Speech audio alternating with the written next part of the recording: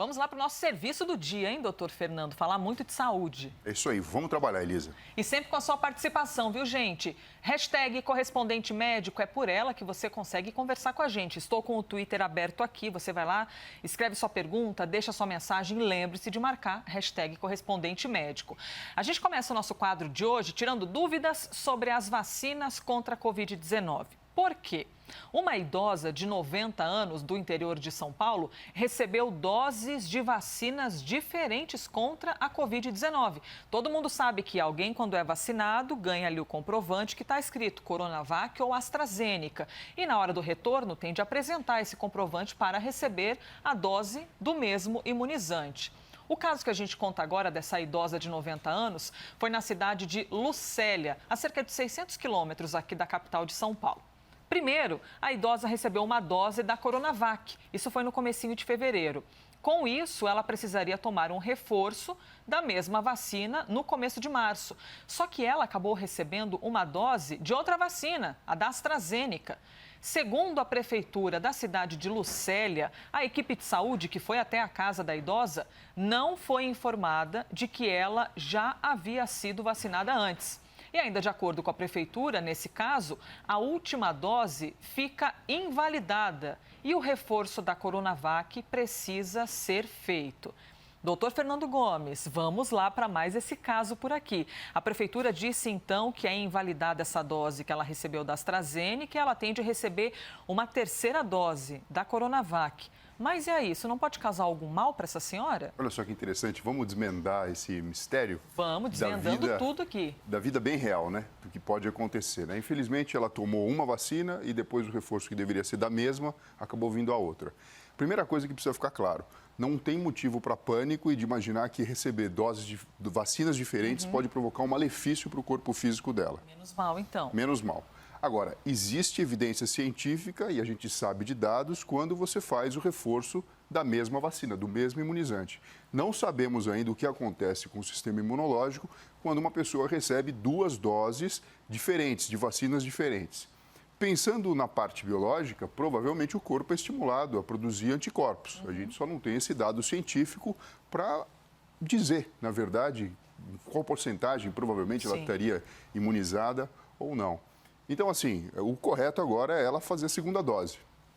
E pensando do ponto de vista prático e logístico, a segunda dose tem que ser da primeira vacina que ela tomou, por uma questão de logística de tempo.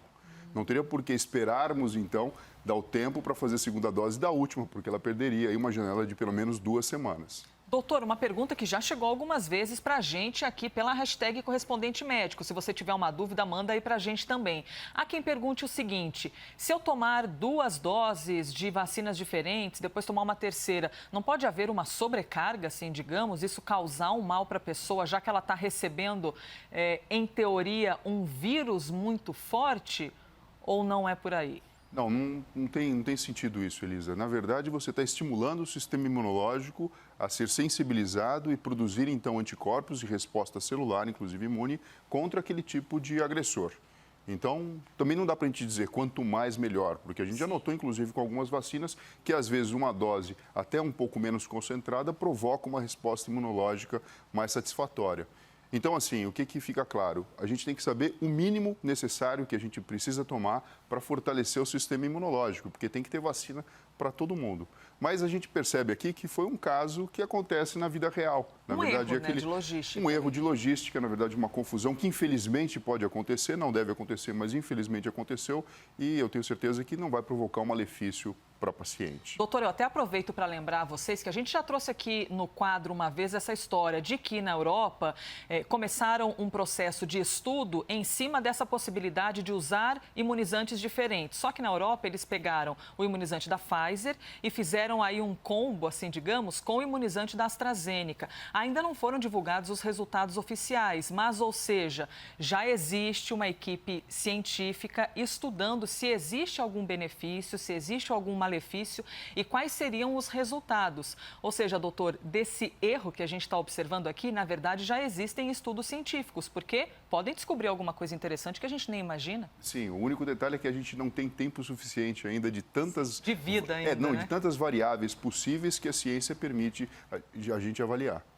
Muito bem, já estou aqui, ó. Enquanto eu fico conversando com o doutor Fernando Gomes, vocês reparam que de vez em quando eu olho para o tablet. Não é falta de educação não, viu, gente? É porque eu estou ouvindo o doutor e também conectada com as mensagens que estão chegando pela hashtag correspondente médico. Doutor, temos uma história curiosa agora, viu? Que eu tenho certeza que muita gente vai pensar assim, queria ser essa pessoa, queria ter o poder deste homem. Pesquisadores descobriram que um norte-americano tem superanticorpos contra o novo coronavírus. Com isso, ele é imune à doença. E é ele que já está aparecendo aqui, viu? Esse caso foi identificado em um funcionário de uma universidade nos Estados Unidos que está ali sorridente, pensando: esse não vai me pegar, hein? Esse coronavírus não me pega. Ele foi convidado para ser voluntário em um estudo científico. E foi aí que descobriram, foi aí que foi confirmada que essa imunidade potente existe e é contra as variantes da Covid-19. Doutor Fernando, se existisse uma vacininha, uma pílula que a gente tomasse para ficar aí com superpoderes contra a Covid, mas isso não existe. Que sorte desse rapaz, hein? Sim, isso mostra que existe uma variação biológica e que também o caminho para, na verdade, a gente controlar essa pandemia é a imunização. É a vacinação, porque todo mundo tem que ter anticorpos e uma defesa imunológica capaz de combater o coronavírus. Agora, se de nascença a pessoa já tem um sistema imunológico forte com super anticorpos, você imagina que sorte é dele, né? Se mais estudos fossem feitos, vamos supor que fosse feito um raio-x de anticorpos em todas as pessoas, é possível que nós descobríssemos mais seres humanos que tivessem essa característica igual a esse homem, né? Sim, assim como já existem estudos mostrando que alterações em receptores de células imunológicas propiciam a pessoa a ter uma evolução mais desfavorável em relação ao coronavírus. Então, provavelmente, essa resposta que a gente vê tão dispar, né, tão diferente, obviamente com alguns grupos de risco já identificados para ter uma evolução mais grave, não são só simplesmente a questão do sedentarismo, da obesidade, de fatores de risco e tudo mais. Existe um componente genético que reflete na forma que o sistema imunológico é constituído da pessoa e dessa forma, então, a pessoa está mais apta ou não para combater naturalmente contra o coronavírus. Interessante o senhor falar sobre isso, que existe um componente genético, porque esse cenário pode despertar em algumas pessoas, muito comum que isso exista, nossa, mas então ele deve ter uma superalimentação, puxa vida, então desde criança comeu muito feijão, aquele papo de mãe, né? Come feijão para ficar forte. Muita gente pode pensar que é isso, que é uma questão do hábito dele, de repente muito exercício físico, só que não, ele já nasceu com essa condição. Sim, geralmente as doenças e as manifestações clínicas, até mesmo a longevidade das pessoas, é composta por essa equação. Então, a gente já tem uma predisposição genética e nós podemos, através dos nossos hábitos, do nosso estilo de vida, das coisas que acontecem no decorrer de toda a nossa experiência, ter uma manifestação clínica favorável ou desfavorável, tanto em relação à doença como em relação à saúde. Porque você imagina o seguinte, Elisa, se não existisse a pandemia, de que valeria ter superanticorpos contra o coronavírus? Então, para essa situação específica, por exemplo, esse rapaz, ele saiu na vantagem. Que sorte que ele fez parte desse estudo, hein, para poder identificar essa questão. Doutor, como exatamente esses superanticorpos agem no organismo de uma pessoa? E mais, significa que ele tem ali um passe livre? Ah, não preciso de vacina, não preciso me cuidar. A gente não está falando sobre isso, né? Está falando só que ele tem uma pitadinha ali de uma sorte no combate à Covid. Sim, então, em teoria, o que acontece? Ele tem contato com o vírus, se ele tiver contato com o vírus entra dentro do corpo dele, só que na hora que o vírus tenta, então, ser introduzido e replicar dentro das células, ele encontra ali um componente natural que simplesmente bloqueia o papel dele de fazer, então, a invasão e a manifestação da replicação viral. Então, é assim que funciona, ele já tem isso de fábrica, que favorece, na verdade, o bloqueio e a manifestação da doença. Mas vamos lá, alto lá. Se ele tiver contato com o coronavírus durante aquele período que ainda não manifestou a doença, isso não significa que ele também não pode expelir, por exemplo, gotículas com coronavírus. E aí vem toda aquela questão que a gente orienta de, enquanto a pandemia estiver sendo controlada, da importância da utilização de máscara, distanciamento social, higiene, não levar a mão à boca, aos olhos, nariz. Eis aí uma verdade que a gente tem de ficar atento, né? Mesmo ele que está protegido pode contaminar outra pessoa, expelindo gotículas e tudo mais. Doutor, eu acabei de falar a respeito de alimentação, que há quem pense, né, que eu posso ter esse superorganismo, super anticorpos por meio da alimentação. Eu vou até aproveitar e já fazer um gancho com o nosso próximo assunto e já te fazendo uma pergunta. Responda pela hashtag correspondente médico. Você tem o hábito de, quando vai ao supermercado, observar, esse produto é orgânico, esse produto é menos calórico, tem um baixo teor de sódio. Você costuma fazer isso quando vai ao mercado? Por que eu estou falando isso? Que tem uma informação bem importante. No último ano, cresceu a venda de alimentos saudáveis aqui no Brasil. E parte desses alimentos consideráveis saudáveis são produtos sem glúten e, como eu acabei de falar, com menor teor de sódio, os itens orgânicos, que costumam ser mais caros e a gente sabe bem. Ao todo, no ano passado, foram vendidos 100 bilhões de reais desse tipo de produto. E o que significa esse valor? Que é o maior valor em 15 anos. Doutor, aumentou e muito, hein? Como esse dado diz respeito ao ano passado e a gente praticamente viveu um ano inteiro de pandemia, pode já ter algum reflexo com, opa, pera lá, deixa eu me cuidar porque temos uma doença aí? Bom, a gente pensa o seguinte, né? Se vendeu mais esse tipo de produto é porque provavelmente a população está prestando mais atenção nisso e, portanto, consumiu o alimento mais saudável. A gente sabe que um grande fator de risco, a gente já conversou sobre isso, é o sedentarismo e a obesidade. Então, quando a gente fala de controlar o peso e controlar como o nosso corpo é constituído, a gente fala de duas coisas, né? A prática de atividade física regular e a alimentação. Então, prestar atenção nos itens que vão compor o seu prato são extremamente importantes, tanto para evitar que você esteja no fator de risco ou com pouco peso ou com peso além do normal, como também para propiciar que o seu sistema imunológico seja fortalecido e enriquecido. Lembrando que não é só através da alimentação, mas sem sombra de dúvida, se consumir menos alimentos processados, não tão ricos em gordura, fritura, em açúcar, enlatados, é mais natural, é melhor para o seu próprio organismo, para a própria microbiota do aparelho digestivo e, consequentemente, para fortalecer o sistema imunológico. Então, eu diria o seguinte, essa tríade, né? Comer bem, fazer atividade física e descansar. Não deixar de descansar, que é nesse momento em que o nosso organismo se reequilibra e fortalece todas as defesas naturais. É claro que a gente está falando aqui de quem tem condição de comprar um alimento que quase sempre é mais caro, né? Esses alimentos mais saudáveis, orgânicos. Lembrando que a gente viveu um 2020 com muita gente perdendo o emprego e que o importante é ter comida, né? Independentemente se o arroz vai ser integral ou vai ser o arroz branco. Quando você tem necessidade, você não pode escolher.